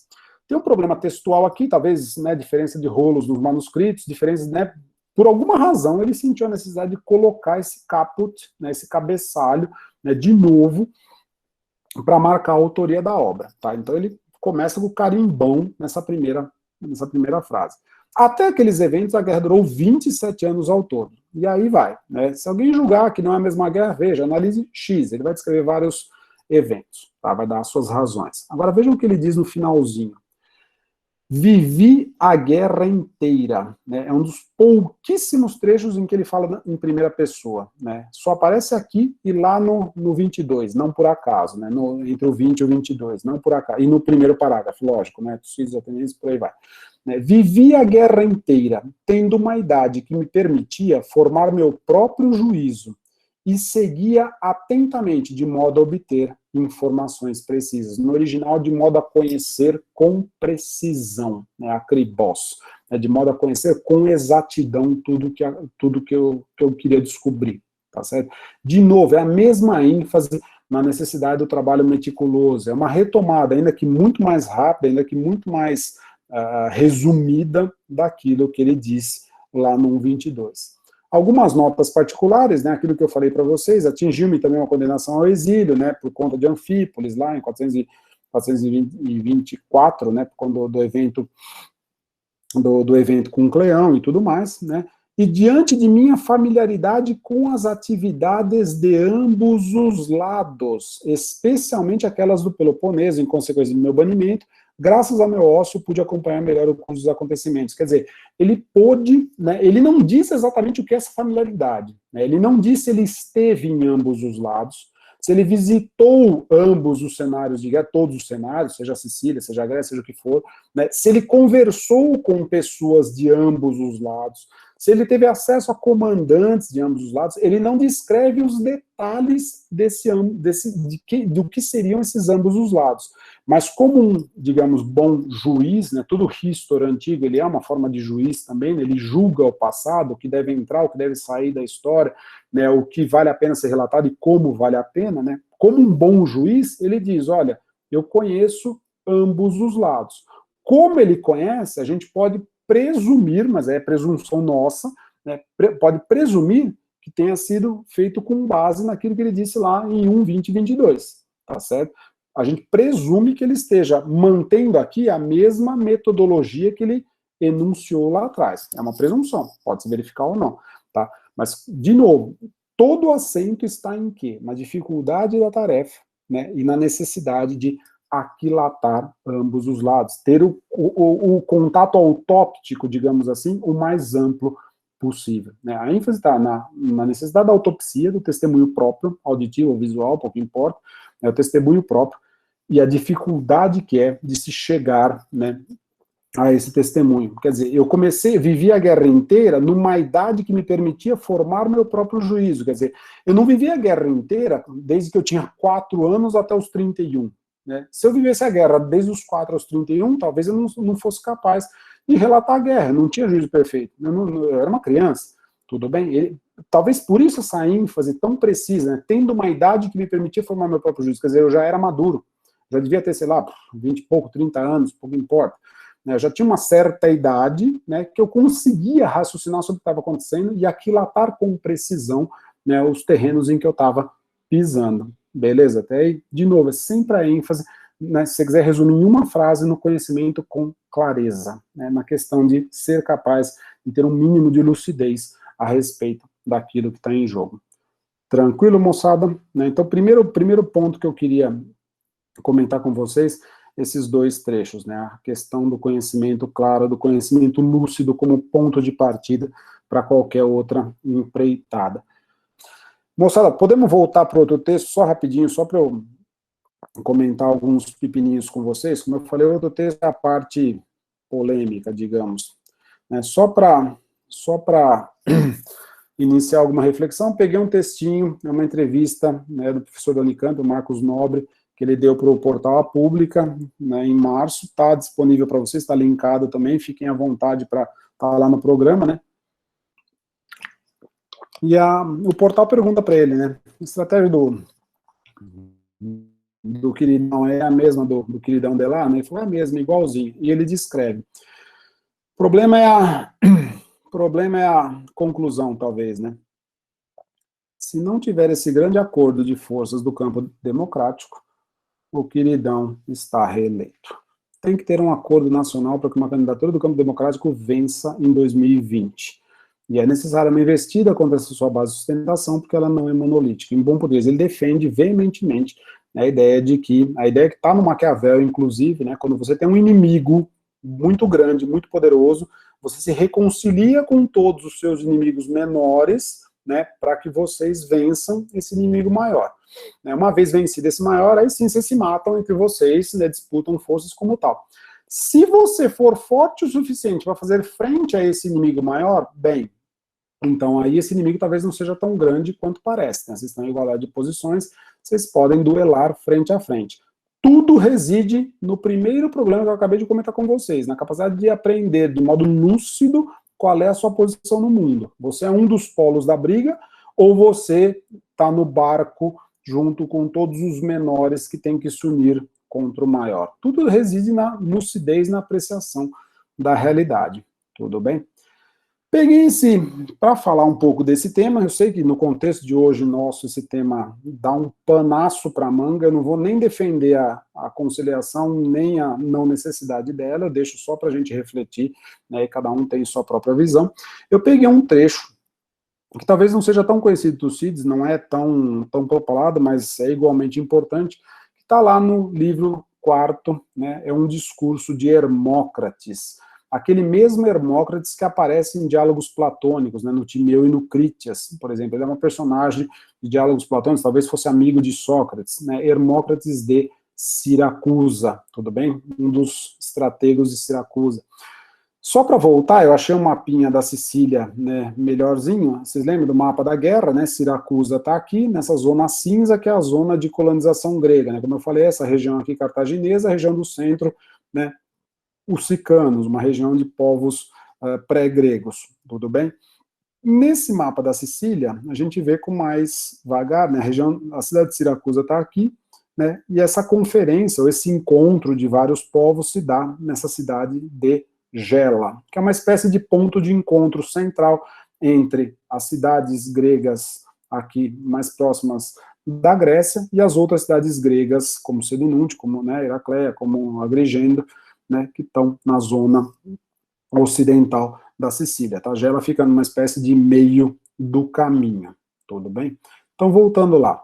Esse trecho do Tucídides é conhecido, esse discurso, melhor dizendo, é conhecido como uma das partes da chamada Conferência de Gela. Né? Esse nome é moderno, esse nome não está no historiador antigo. Tá?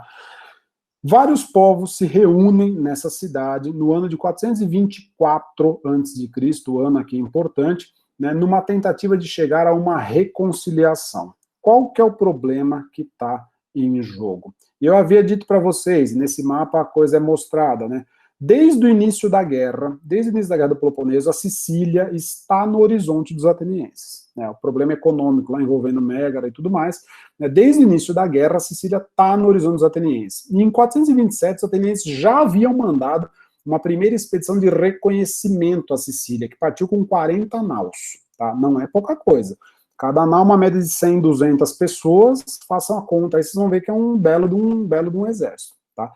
Em 427, os atenienses já estão enxuriçando na Sicília, já estão sondando a Sicília, né?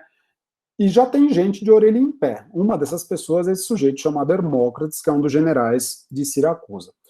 Hermócrates vai fazer um discurso que, assim, é paradigmático do ponto de vista maquiavélico, digamos, né, como eu acabei de colocar. Ele diz com todas as letras, né?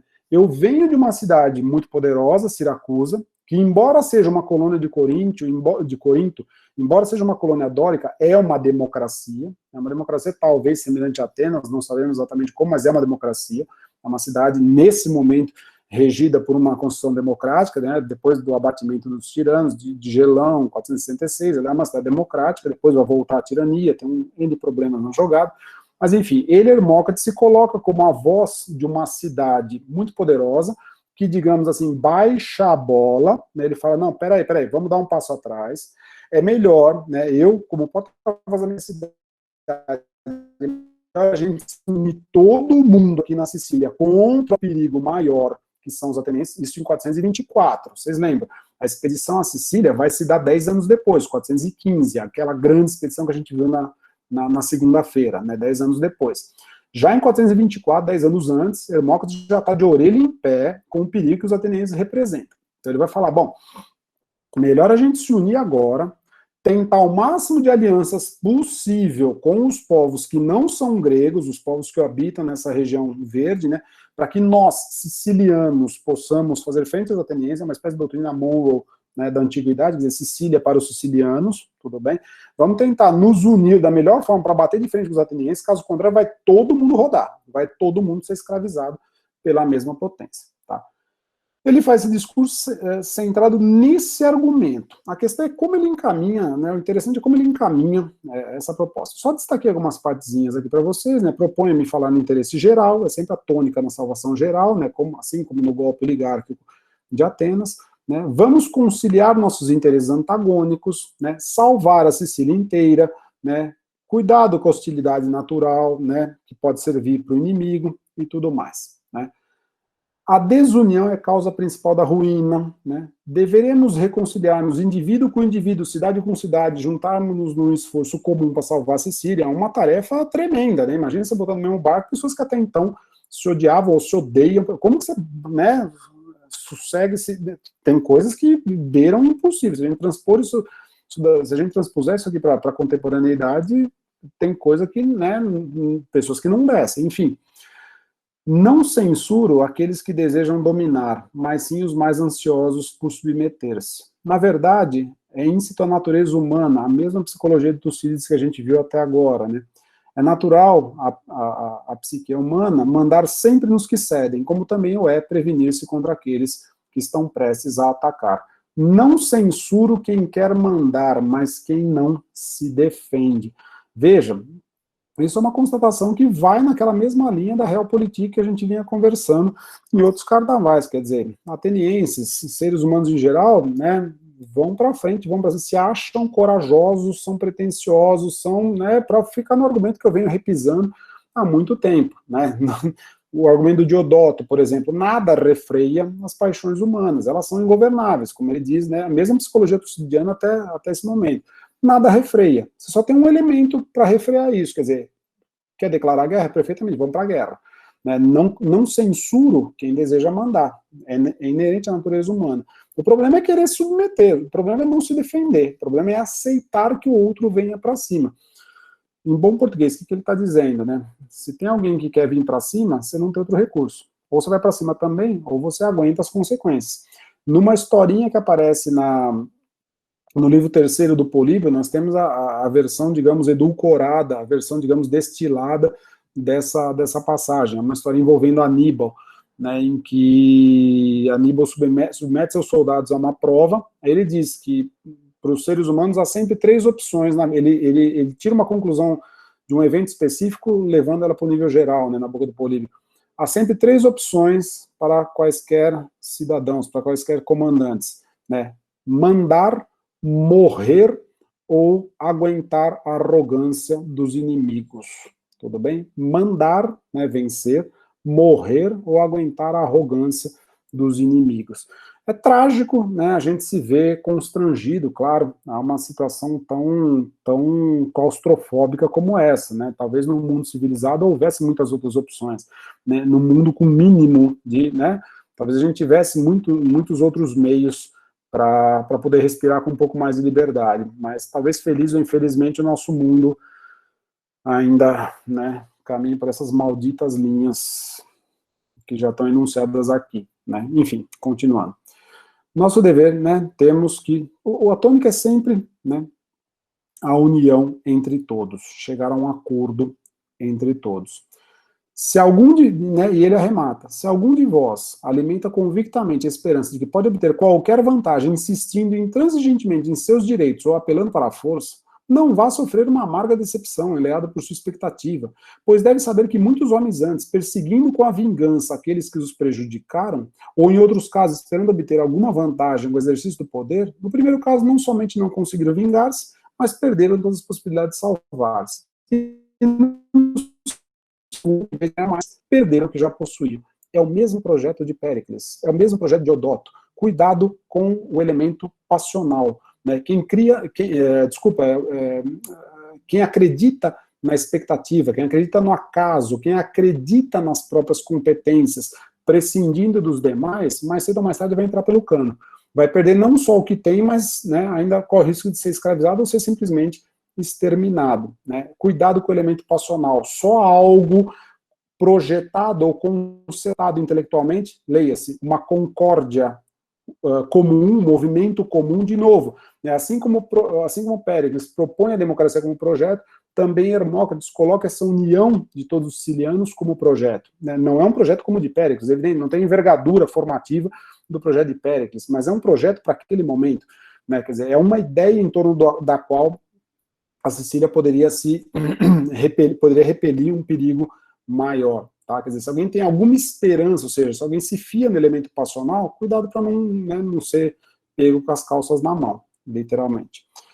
E por fim, né, pretendo ceder até onde for razoável e peço a todos vós que sigais o meu exemplo e vos submetais a isto como as mãos não como as mãos do inimigo, mas por vós mesmos, né? Qual que é o perigo maior? Nós temos que escapar à estasis, escapar à guerra civil, o grande problema que perpassa todas as narrativas das histórias, né, que vai afetar inclusive Atenas, 411, né, o que Atenas vivencia em 411 é uma guerra civil, né, uma estasis, né, oligarcas de um lado, né, democratas do outro, é o que a gente viu em Corcília, é o que a gente viu em tantos outros carnavais, quer dizer, essa polarização extrema que acaba destruindo a sociedade, no caso aqui põe a Sicília inteira a perder. Tá certo?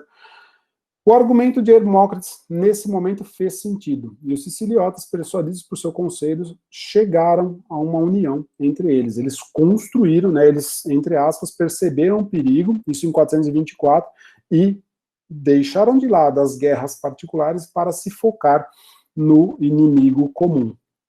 Tudo bem? Deixaram de lado para se focar nesse problema comum. A questão é que, em 424, entre 427 e 424, os atenienses estavam enxuriçando na Sicília, estavam sondando a Sicília, mas não tinham ainda chegado à Sicília, de fato, como uma invasão. Hermócrates já vê no horizonte a possibilidade de uma invasão, mas, de fato, os atenienses ainda não tinham invadido a ilha. Tá? Não contente de expor o pensamento dos sicilianos, que, né, chega a um consenso, detalhe, Tucídides tem um subtexto aqui, né, os sicilianos eles são marcados por gregos de um lado e não gregos de outro, sejam cartagineses, sejam sicanos, né, povos não gregos, né, no resto da Sicília. Tem um subtexto aqui, olha só, eles que são, né, habitam uma região de povos mistos, conseguiram chegar a um acordo intelectual, um acordo, a uma homônoia entre si. O que acontece com os atenienses? A tal ponto chegaram os atenienses, por causa de sua boa sorte, que não admitiam qualquer empecilho aos seus propósitos. Sem ponderar se suas forças eram poderosas ou deficientes, pensavam que de qualquer modo iriam conseguir o fácil e o difícil.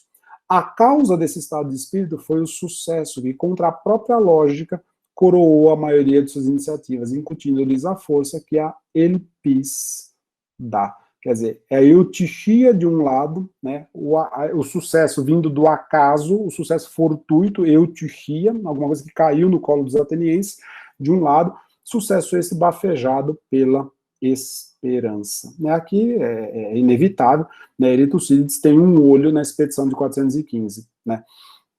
Se você for ao livro 6º, vocês vão ver que tem um outro discurso de Hermócrates lá no livro 6º, em que ele, e ali em 415, ali, né, já às vésperas da invasão, ele tenta de novo, né, o quadro mudou, são 10 anos dessa primeira iniciativa, né, aqui pela primeira vez os sicilianos se unem, os atenienses veem essa união, falam, opa, melhor a gente não se meter a besta, vamos devagar, tal, voltam, tentam replanejar, depois, né, você tem a paz, o cenário muda, enfim.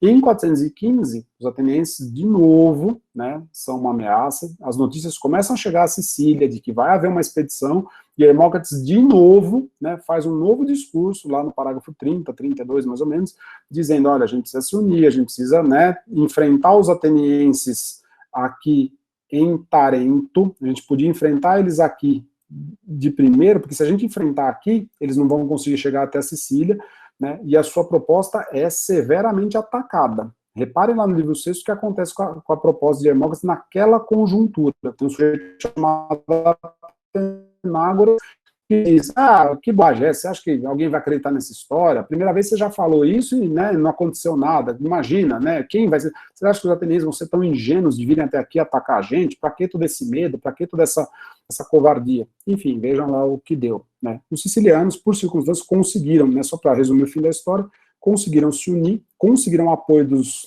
espartanos, e como eu disse, no final do livro 7, né, os atenienses vão ser exterminados até o último homem. Até Nícias, né, o comandante, vai entrar pelo cano nessa brincadeira. Tudo bem? Então, como eu falei, esse texto é só para... Né, não quero defender nenhum lado nem o outro, eu sei que, né, se a gente transpuser para a contemporaneidade esses argumentos, isso dá um panaço para a manga, para não falar em digestão, para não falar em para não falar em outras coisas, né? Mas, como eu falei, era só para deixar um texto para reflexão. São 9 horas, se alguém quiser comentar alguma cosita, por favor, o faça, senão a gente já passa para o segundo texto. Deixa eu só ver aqui no chat, o pessoal está... Xenol, fazendo sim, todos os pré-socráticos, né, desde Homero, a gente consegue rastrear discussões sobre o problema do conhecimento. Essa reflexão é constante, né? Não tem como fugir dela, né? Parece que a ausência fabulosa está sendo ligada à ausência heróica, não sei. Ausência, eu não colocaria a palavra em termos heróicos, né? Tucídides tem seus heróis também, né? Se a gente olhar para Péricles, essa questão fica bem mais complicada, né? Fiquei com uma curiosidade aqui. Como é o Tucídides, posto que ele estabeleça talvez segundo pressuposto, esse posto o que é concessivo ou explicativo? Deixa eu entender. Posto que ele estabelece a autopsia como pressuposto, foi excepcional após o desafio 7 lançado algum tempo depois. Pensando no primeiro sozinho. Não tem. Luciano. A prisão falou, imaginando se isso foi para uma tranquila disputa ao longo dos séculos. Olha, ótima pergunta. Na antiguidade, a gente conhece muito pouco da recepção imediata do Tucídides, né? Xenofonte, por exemplo, tem ele como uma referência, né? Tanto que continua, entre aspas, sem mudança nenhuma, né? Ele continua literalmente de onde Tucídides parou, né? Agora, eu não saberia dizer para você com relação ao ceticismo de modo explícito, né? Eu não saberia precisar se os céticos, até se os céticos se preocuparam com ele. Né? Quanto ao Luciano, né, tem como escrever história, Luciano ele forja um modelo tucididiano de historiador, né, parece que ele tem Tucídides como cânone, mas antes de Luciano você tem o problema de Dionísio de Halicarnasso, né, me parece. Dionísio de Halicarnasso, como um bom rétor, e talvez por ser de Halicarnasso, tem várias discussões por aí, ele coloca Tucídides como exemplo do sujeito que escreve mal, né, do sujeito que pensa mal, por isso escreve mal, a ponto dele reescrever parágrafos de Tucídides, né, chega a ser rir de nervoso, né, quando você está lendo sobre Tucídides do Luciano, porque ele fala, olha, se ele fosse escrever bem, ele escreveria esse trecho desse modo, ele apresenta o trecho de Tucídides e reescreve de uma outra maneira. Agora, Dionísio não é um cético necessariamente, né? Então, eu não saberia te dizer. Eu sei que Luciano endossa. No Renascimento, Tucídides é muito, muito valorizado, é um autor muito apreciado, sobretudo depois da tradução do Lorenzo Valla, né, que é de 1470, 80, mais ou menos, contemporâneo ao nascimento de Maquiavel, né? É um autor muito, muito valorizado. E me parece que o prestígio dele só cresceu. Se não me falha a memória, só cresceu. Agora, eu não saberia dizer, assim, pontualmente, com relação a Montaigne, né? Montaigne, se não me falha a memória, não menciona, né? Não tem, se não me falha a memória, mas teria que pegar algo mais preciso, tá? A Fernanda pergunta, a questão da letra foi retomada por Heidegger com sentido de desvelamento, seria essa mesma tradução adequada da palavra? Se não estaria, de certa forma, nas reflexões metodológicas? Sim e não. Né? A ideia de alétheia como desvelamento é uma tentativa pelo Heidegger de, sem querer entrar no Heidegger, pelo amor de Deus, não é minha praia, eu vou falar como leitor, né? Me parece que é uma tentativa de tradução etimológica, mas essa etimologia, né, o não ocultamento, né, a aletes, né, o não esquecimento, ela já está meio que pressuposta por vários autores, sobretudo o Hesíodo e talvez Homero. Me parece que o Heidegger tem o Hesíodo muito em mente quando ele escreve o que escreve, talvez Heráclito, talvez Parmênides, talvez Homero também, mas eu acho que o centro ali é Hesíodo. Agora, eu tenho a impressão de que qualquer grego sentia esse sentido etimológico da palavra, né, forjado por não ocultamento. O fato é que, ao mesmo tempo, você tem uma percepção corrente, que vai aparecer na metafísica de Aristóteles, ele menciona isso em várias passagens, de alétheia como pura e simplesmente a equação entre o que se diz e o que se faz, né, entre o que se diz e a realidade, sem maiores questionamentos em relação ao que seja a realidade, ao que seja a dicção. Né, aparece na metafísica... não vou lembrar a passagem agora, mas eu posso te rastrear, se não me engano, no livro terceiro, que ele diz, né, a aletheia, né, o que a gente entende por taletés e topseudos, taletés quando você diz algo que corresponde à realidade pressupondo sempre um conhecimento comum, pressupondo sempre um conhecimento partilhado por todos e inquestionável. Sempre que você diz algo que corresponde ao que você vê, ao que você vivencia, você enuncia a aletheia.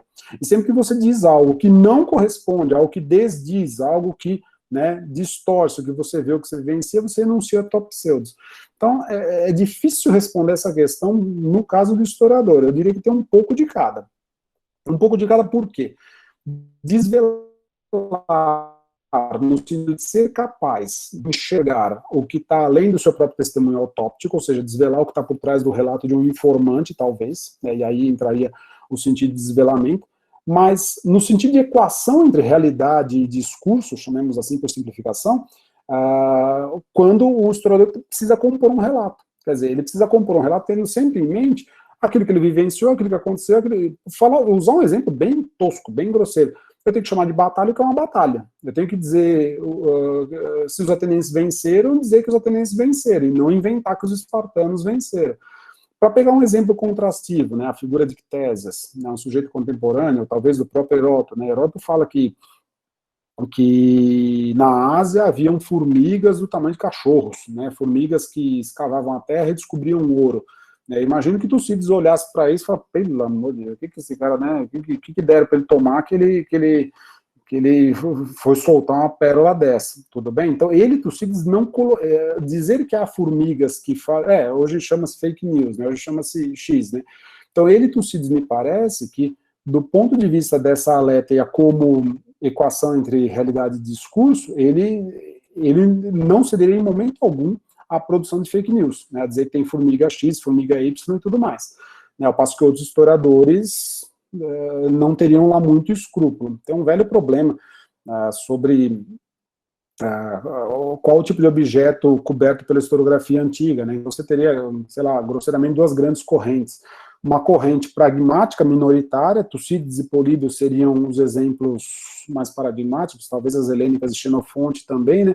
Uma historiografia atenta exclusivamente a fatos políticos militares, né? Guerras e decisões, basicamente.